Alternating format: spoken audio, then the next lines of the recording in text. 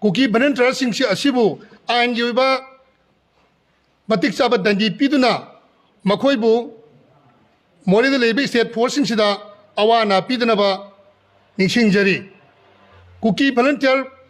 kangbu na Moreh gi state Moreh da lebe state force sing sida aki tujungba polak pat taragadi aikoi maitai coordinating committee na koi tumine leithoi aikoi khangdon lebe ngamoi aikoi masigi damakta matam khudimakta aikoi sem sadun legani aduna lagliba tang nipan February gi masi phawgi manungda kuki volunteer singna Moreh da leba state policing gi mathakta thamliba thingbase khudakta lokthokta taragadi aikoi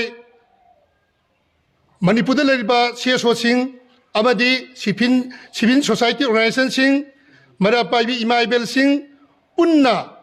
aikoi sanction minaduna Sosampur district ta sana thangna polam sing pusinba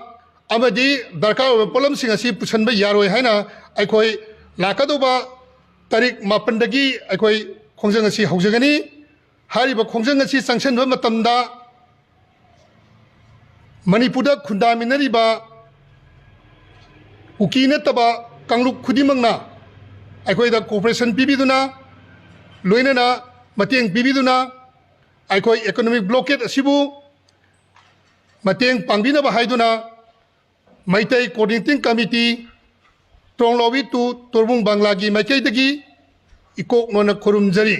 loinana kuki volunteer singna Moreh da lebe state police ta tawriba thingbase khudakta aikoi lokthokadobani masi lokthokta taragadi matungda afaba for laoi haibase kuki volunteer sina ningsing bigadobani haiba wafam asi thamjaraga gamel asina tenopal district ki kuki volunteer force ne tawriba thabak asi gamel asina tuminna yengduna leibase leiroidobani loinana makhoi asibo ain gi oiba matik chaba dandi piduna makhoi bo matungda amuk tawdana ba haiduna gamen sina lokhat kedobani masi karigumada tawdaba taragadi aikhoina Sosampur district ta thangna sanaba polam sing aikoi pusinba yaroi masi leijariba Manipur gi CSO sing club organization singna pullakanda aikoi pusandana ba phirep ama lakadoba tang mapandagi aikoi haujaragani